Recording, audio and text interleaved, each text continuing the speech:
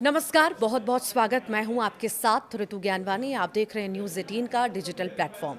ईरानी द्वीप खर्ग पर अमेरिकी हमले से चीन के हितों पर चोट हुई है। इस कारण इस जंग का भविष्य और भयावह होता दिख रहा है।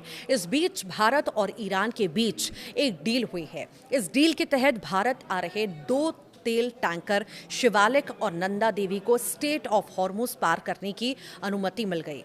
क्या वो डील बता रहे हैं सामरिक मामलों के जानकार ब्रह्मा चेलानी। उनका कहना है पश्चिमी एशिया की स्थिति भयानक बनी हुई है। ईरानी द्वीप खर्ग पर अमेरिका के अब तक के सबसे बड़े हमले ने जंग का रुख बदल दिया है। इस द्वीप पर हमले के कारण सीधे तौर पर चीन के हितों पर चोट हुई है और इस बीच ईरान के साथ भारत के कूटनीतिक संबंधों में काफी सुधार हुआ है।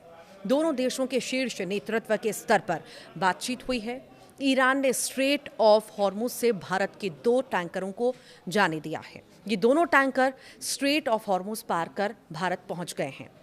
लेकिन सबसे बड़ा सवाल यह है कि जिस स्ट्रेट ऑफ हॉर्मुज पर ईरान कब्जा करके बैठा है, वहां से उसने भारतीय टैंकरों को जाने की अनुमति आखिर क्यों दी है? तो देखिए, ईरान के साथ डील, इसके पीछे की कहानी सामरिक मामलों के जाने माने विशेषज्ञ ब्रह्मा चेलानी बताते हैं कि उन्होंने एक्स और फेसबुक पर एक पोस्ट किया और लिखा कि भारत और ईरान के बीच एक डील हुई है। इस डील के तहत ही 2 तेल टैंकर शिवालिक और नंदा देवी भारत पहुंचे हैं। हालांकि इंडियन एक्सप्रेस की ताज़ा रिपोर्ट के मुताबिक स्ट्रेट ऑफ हॉर्मुज के अभी भी भारत के 22 टैंकर फंसे हुए हैं। ब्रह्मा चेलानी के मुताबिक नई दिल्ली और तेहरान के बीच एक डील हुई है और इस डील के मुताबिक भारत ने ईरानी नौसेना के करीब 180 नाविकों को घर लौटने की अनुमति दी है। इसके बदले तेहरान ने भारत से आने वाले 2 टैंकरों को स्ट्रेट ऑफ हॉर्मुज से गुजरने की अनुमति दी है। ये डील गुरुवार शुक्रवार को अंजाम तक पहुंची थी। इसके तहत कोच्चि में उत्तरी एक चार्टर फ्लाइट ईरानी नाविकों को लेकर तेहरान रवाना हुई। ये नाविक IRIS लवान नामक ईरानी नौसैनिक जहाज के थे। अमेरिकी हमले के बाद ये जहाज कोच्चि में डॉक हुआ था।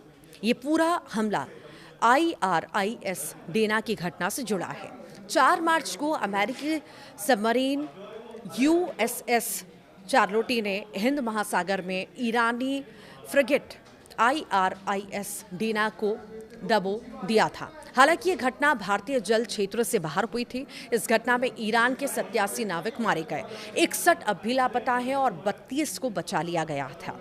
डेना श्रीलंका के पास अंतर्राष्ट्रीय जल क्षेत्र में था। ये जहाज भारत में आयोजित एक नौसैनिक अभ्यास से लौट रहा था। इस जहाज के नाविकों के शव श्रीलंका के पास थे। उसने ईरान को इसे सौंप दिया है, लेकिन उसने इसके 208 अन्य क्रू मेंबर्स और 32 बचाए गए नाविकों यानी कि जीवित बचे लोगों को ईरान नहीं भेजा। दूसरी तरफ भारत ने ईरानी IRIS लवान को मानवीय आधार पर शेल्टर दिया और उसके क्रू को वापस ईरान भेज दिया है। ब्रह्मा चेलानी का दावा है कि ये एक तरह का क्विड प्रो क्वो था। भारत ने ईरानी नाविकों की मदद की, बदले में तेहरान ने भारतीय तेल टैंकरों को सुरक्षित भेज दिया। भारत का करीब 40% क्रूड ऑयल हॉर्मुज के रास्ते आता है। भारत की बड़ी मात्रा में LPG की सप्लाई कतर से आती है और ये भी हॉर्मुज से होकर गुजरता है।